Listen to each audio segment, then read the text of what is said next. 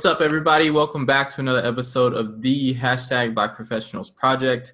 My name is Kenton, which hopefully you all know by now, but if you don't, I am the CEO and founder of the nonprofit, and our mission is to educate and inspire Black and Brown youths by exposing them to the careers of Black and Brown professionals like the one that we have with us here today.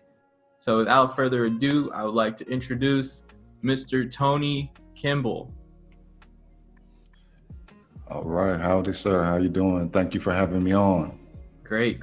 Thank you. I appreciate you coming on the platform. It's always great to uplift another Black or Brown person and put them on a platform where they can shine their light and share their wisdom with people. And I know the youth will be excited to hear a little bit more about your career and what you do on a daily basis. So to get us started here, can you please share with everybody what your profession is? I'm a educational consultant, K-12 educational consultant. So I'm pretty much in high schools. Gotcha. So a whole Morgan Freeman School Days sort of vibe, out there consulting the schools and helping them figure out how to get their students together. Right. So I'm helping them move their test scores, but hopefully not having some of those experiences that he had. Right. Hopefully Absolutely. Not. Yeah, right. Well, great, man. That's awesome. I'm super excited to have you on because, this platform is built for the youth and other Black and Brown people. So it's great to have somebody who works in the educational space to be able to come on here and also share a little bit about what they do. But before we dive too deep into your career, let's learn a little bit more about yourself. So can you please describe your ethnicity and then where your hometown is? So I'm African American. I'm from a small town in Mississippi called Coffeyville, Mississippi. Gotcha. Coffeyville. How's it down there right now? Is it hot?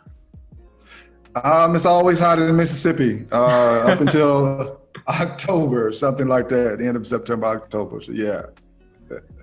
That's good. And are y'all in the path of any of the storms that have recently come through, or are y'all pretty safe from that right now? Yeah, so I'm in the northern part of Mississippi, so you kind of get those after effects. So we're about 4 or 5 hours from the coast of Mississippi.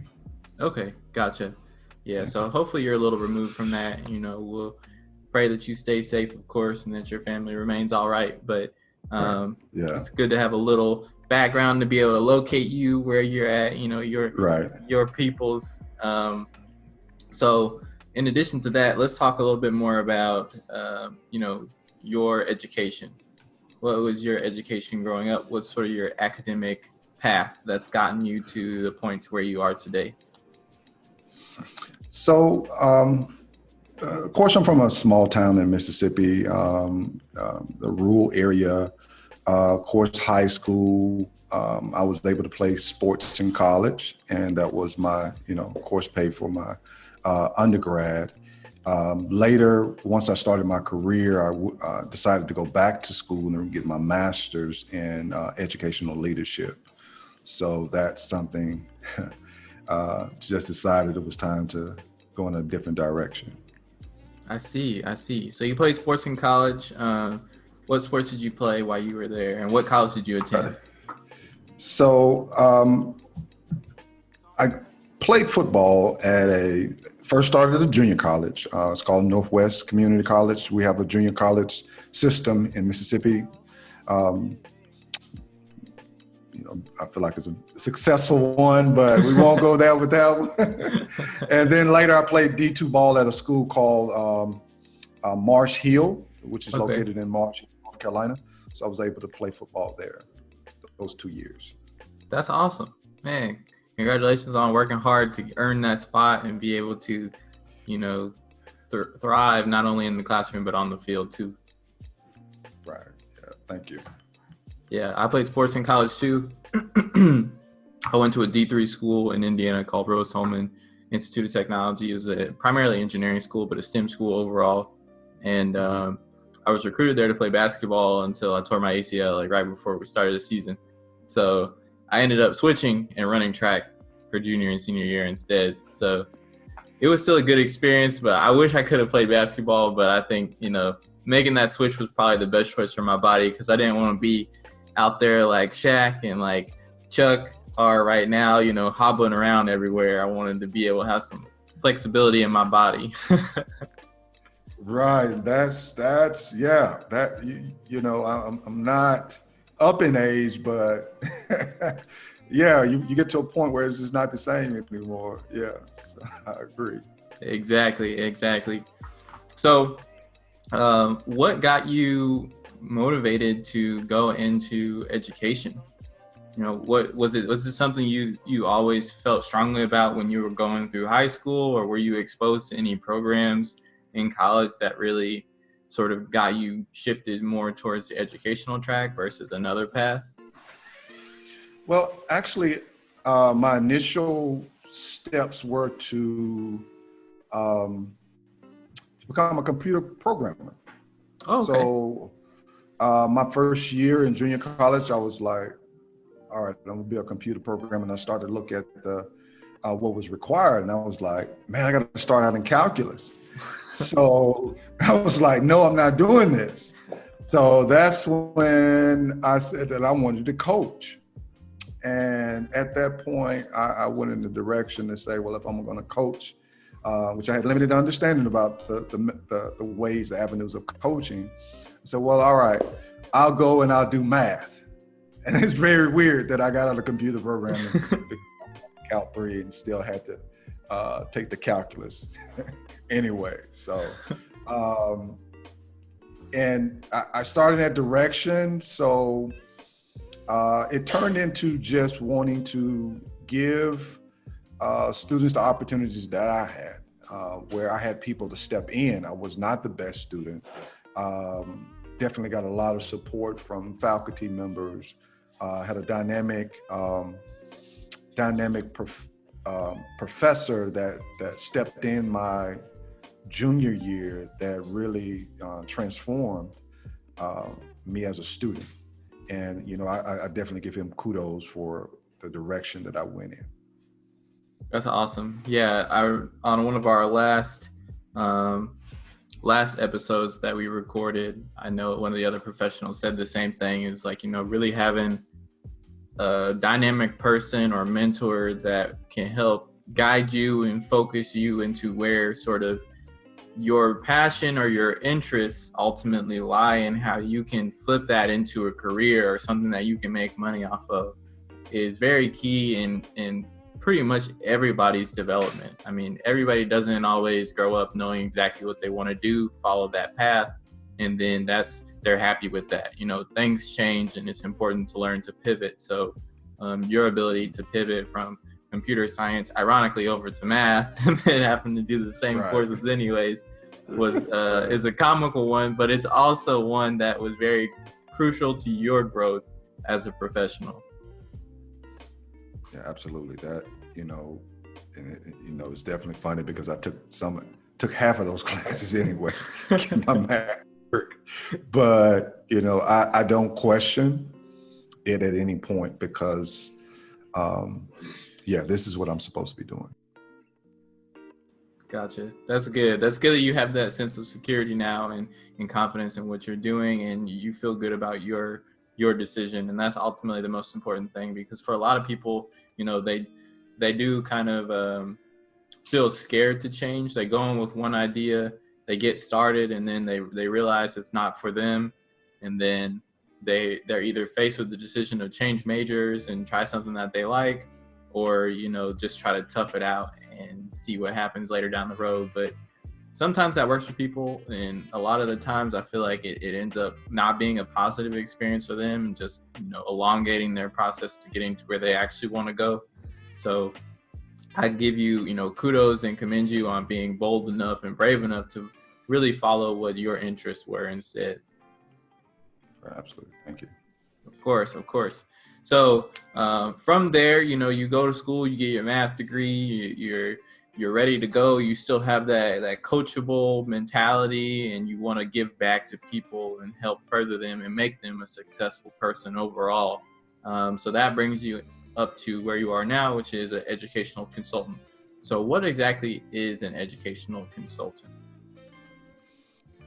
Well, it has many roles. You could be, well, to be effective in that role, you need to be able to make adjustments where you could be supporting teachers with their curriculum. You could support teachers in the area of pedagogy. It really varies where you could be supporting the principal. Ultimately, it's I like to say a instructional coach.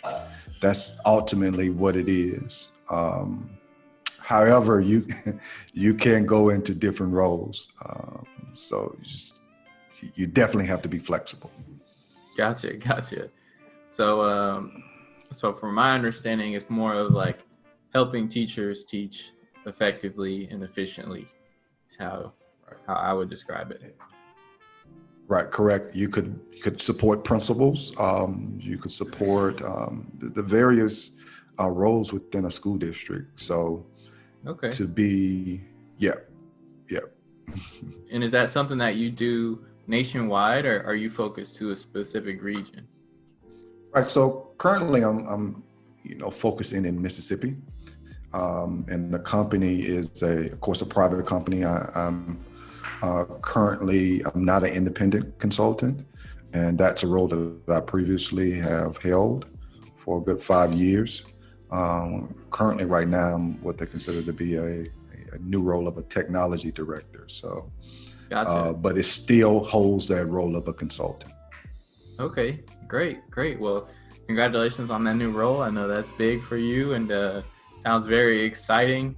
I know technology in the educational system is something that constantly needs to be updated, revamped, and teachers and education providers need to be brought up to speed on what's the best and most efficient things to use for the students' learning. Because like as the technology is developed and as new things come out, students are going to want to use the newer, more up-to-date technology. So your role really is something that's very key. And as somebody who's taught myself, I know how big of a deal it is to have up-to-date technology and have the awareness and understanding of how to use that technology before you get to the class, not trying to figure it out during the lesson.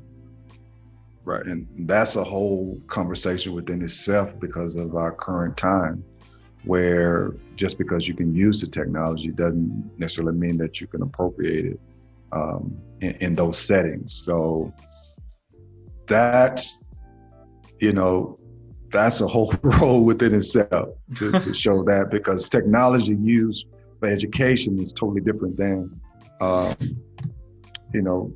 let's say you're typing out your lesson plans. Yeah, so it's definitely a different role. Gotcha.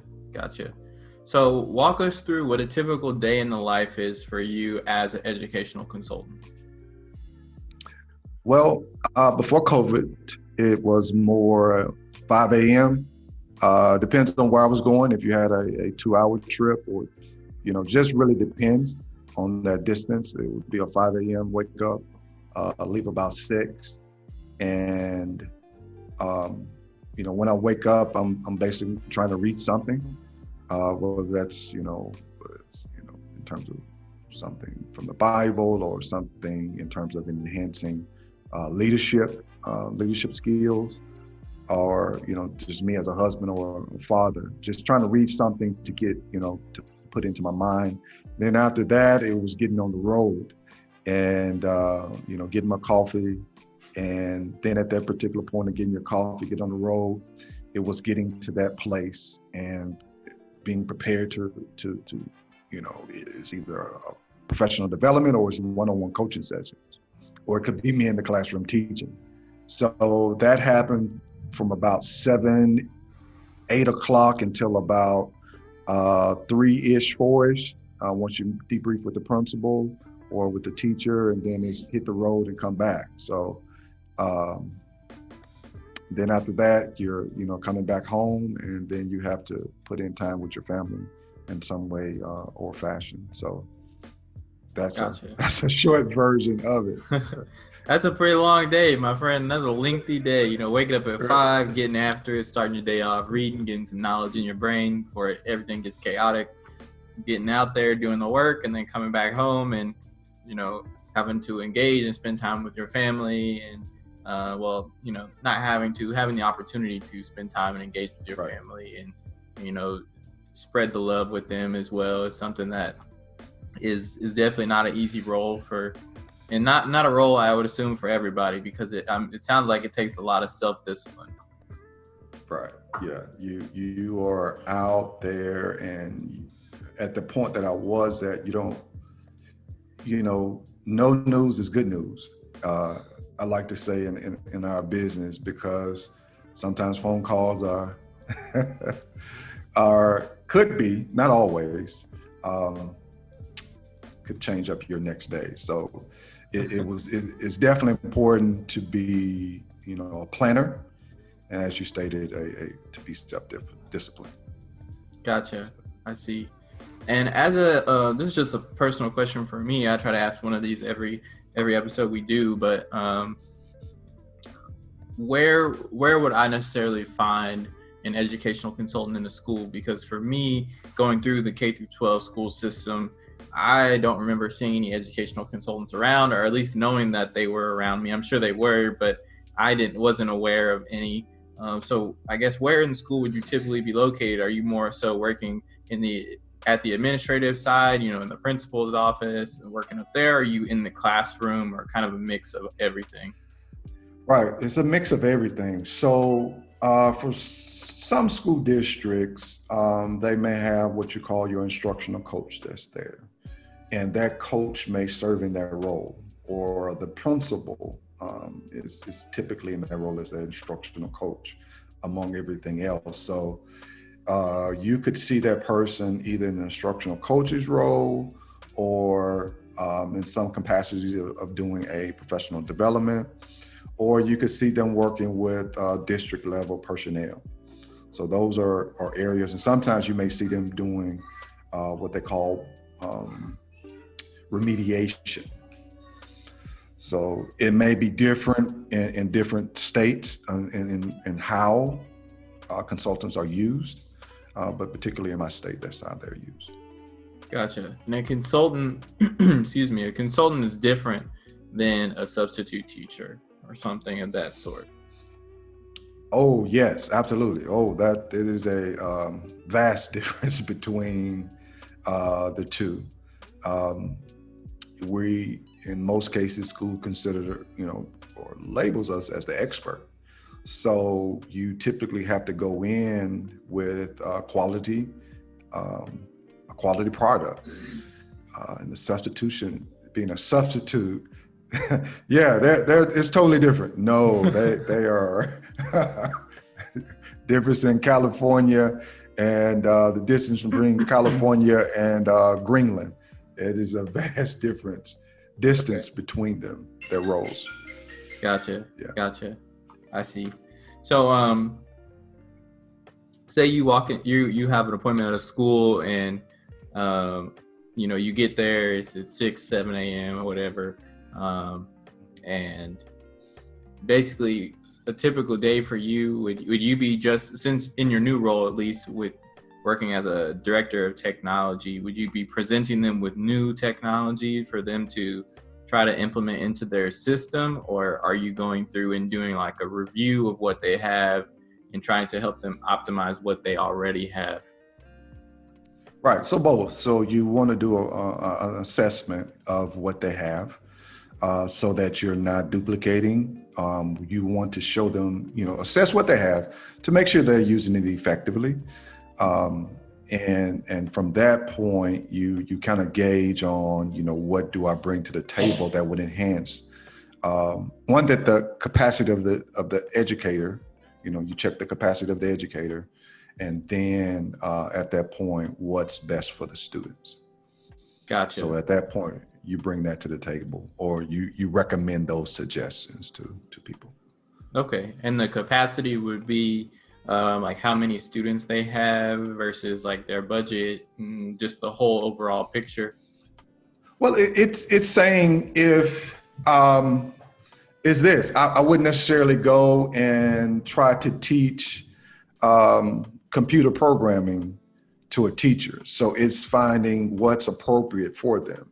Okay. So it's when I mean by capacity, it could be the teacher's doing well with what he or she has, and you just find ways to modify it to enhance the learning experience for students.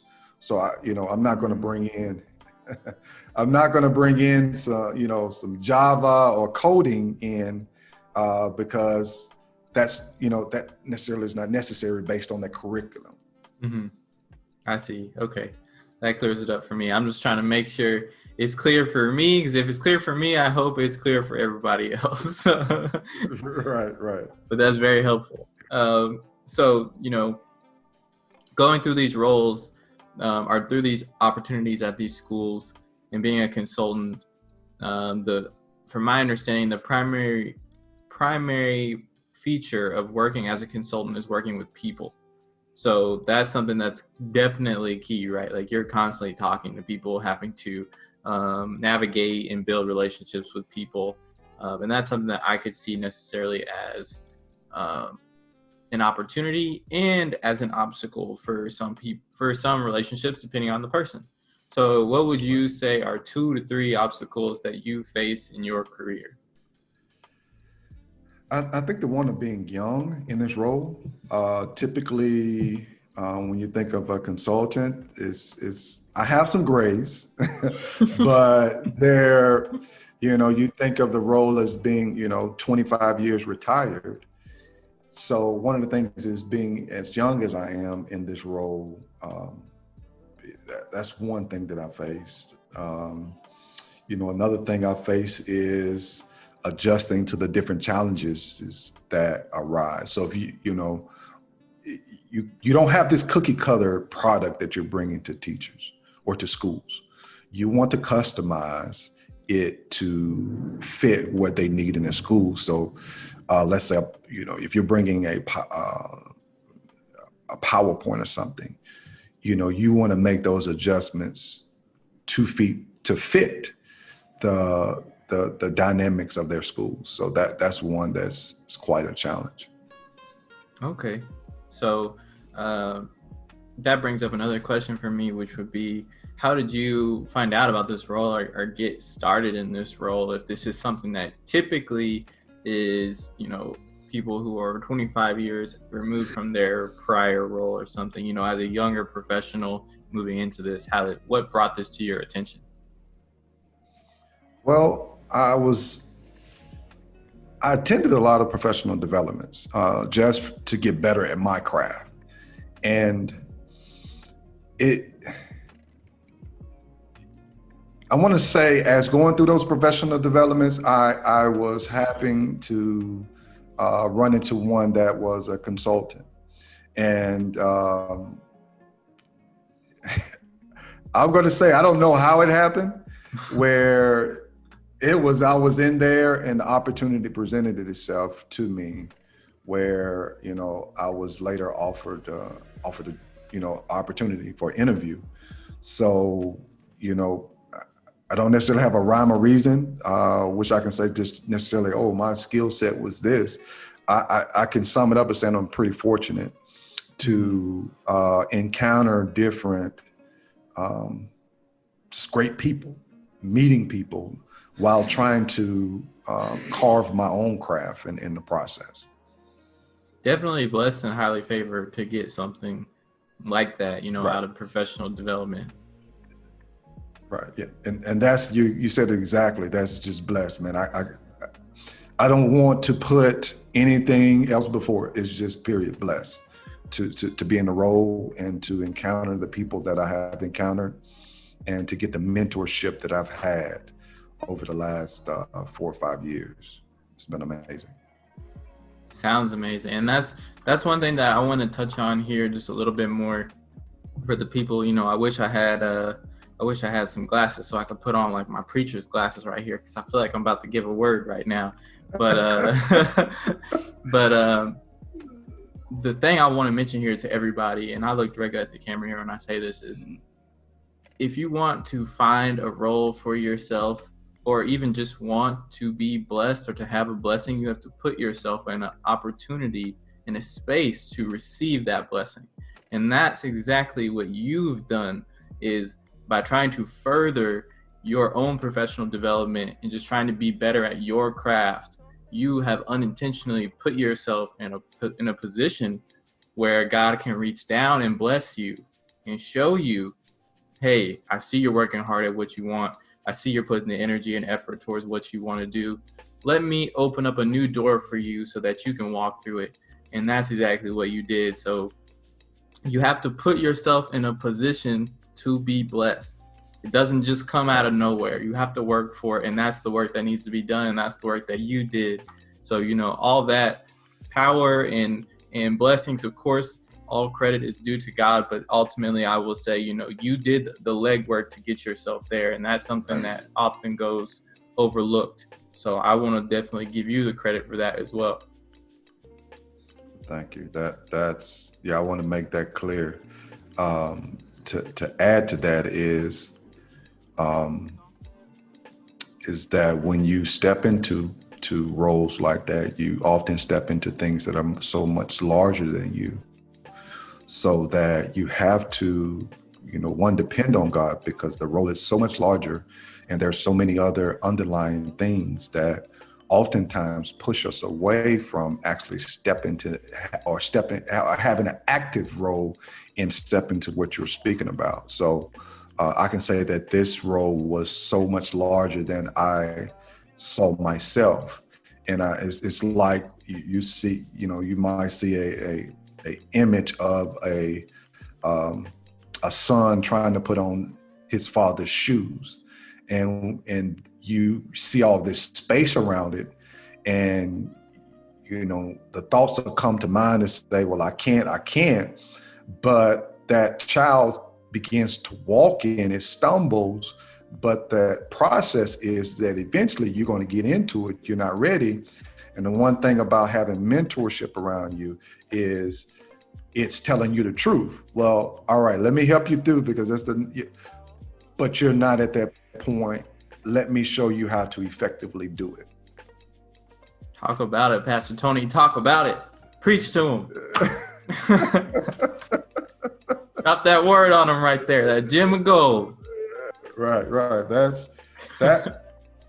That's important, because when you begin to talk about African American, Black or brown, we shrink back from those roles because we don't feel like we're adequate. And when you talk about being adequate, maybe you're not, but if you're there, maximize the moment. It's not about this wonderful skill set that you have. One I advocate to say is, if God put you there, it's for a reason. And don't try to sum everything up in a week or a year. If he has you there, there's something that has happened in your past or in your path that has prepared you to, or it's to stretch you. So then I'm not necessarily dependent upon my skill set. I'm learning to depend on something so much higher than me. There it is, people. I could cut it off there. I could just let it go right there, because that's all the word you needed to hear today. Right there. Woo, that's good. Yeah. Oh man. Oh, that's so good. That's the advice from the professional. You know what? I'm not even gonna try to dig any deeper, add any sugar or anything onto it. It's good as it is. So with that, I want to ask, do you have any closing thoughts or shout outs that you would like to give to anybody, your family, your friends, mentors, anybody like that? Right. So, one of the things is that you don't get to a place yourself. You get there with people around you. Recently, I talked about the people that got me to where I am right now. My high school teacher, math teacher, my college professor, even I want to say them by name, if that's okay. That's okay, go ahead. Annie Coverton, Dr. Don Russell, Dr. Barbara Daughtery. She was one that transformed how And I can really say she was the one that transformed my viewpoint of how to educate children and prepared me for this role. And, I'm grateful for her. Carla Kirkland, she's the owner of the company that I work for, and, taking me in, giving me an opportunity to interview, it was, and how much she's poured into me. Dr. Robert Mack, a gentleman that has mentored me for the last 6 years, that has taken on the role professionally and personally to enhance it. I'm thankful for those. There's so many other people that I'm thankful for, but I want to name those out that have been so important. My wife, she's in education as well. She is my soundboard. She is, she is in her right, a dynamic person. So definitely want to bring her to the forefront because she makes those things happen. You always need a two-man, and that two-man is the one that sees your flaws and tells you the truth and helps you get through what you need to get through. So yes, sir. There it is. Wonderful. Well, also at this time, before I close, Tony, do you want to talk about, any content that you have coming up, or, promote your page or anything like that? Yes, absolutely. I'm glad we connected. Actually, we're supposed to, I have want to call it a podcast that's on Facebook called Transforming Lives. And it's real people, genuine people with real lives. And we're just sharing bringing people on to share their real life experience, which leads people to transformation. So I'm excited to have you on the show. So to share what you're doing over here. And, I'm thankful for you allowing me to come on right now. Could you give us 2 keys to transforming for professionals? Of course, yeah. So the first one I would say is detach yourself from your beliefs. And I know that may sound a little weird, right? I'm not telling anybody to forsake their Lord or whatever that be.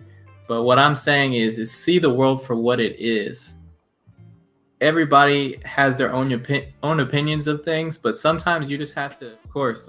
Thank you. I'm happy to get on your platform as well and chat a little bit. I'm very excited for that. So I look forward to it. And you guys can actually check out Tony's page, all of his content at the links in the description. I'll link it down there for you guys, so you can just go ahead and click and see what Tony's all about and check him out and join his community on Facebook and learn how you can transform your life through some of the stories of the great people he brings on there and some of the words that he drops, just like he did today on his platform. So make sure you guys tune into that, please. And also at this time, as I always do, I'm going to remind you guys to like, comment, and subscribe to the channel. Drop us some feedback. Let us know, comment, do you like the painting that Tony has up there? Where did he get it? Do you like my tie? You like our beards? Is it beard season right now? Are you feeling it? Just let us know what you think. And most importantly, for all the youths out there and anybody really who's just looking to better themselves or, grow their careers, check out the resources in the description that I've listed. There's career placement tests, there's personality tests.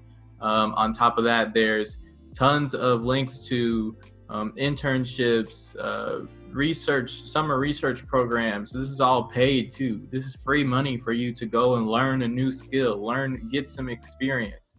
All of this is linked in the description. So if you guys have any questions or want me to talk to somebody or, check up on a new career, then please let me know and I'll personally go do that for you. So with that, it has been another great episode of the Black Professionals Project. We want to thank Mr. Tony again for coming through and blessing us with the words that he's blessed us with today. And we will see you guys, as always, next Monday with another episode again. So with that, you guys have a blessed one. We will see you later. Peace. Peace.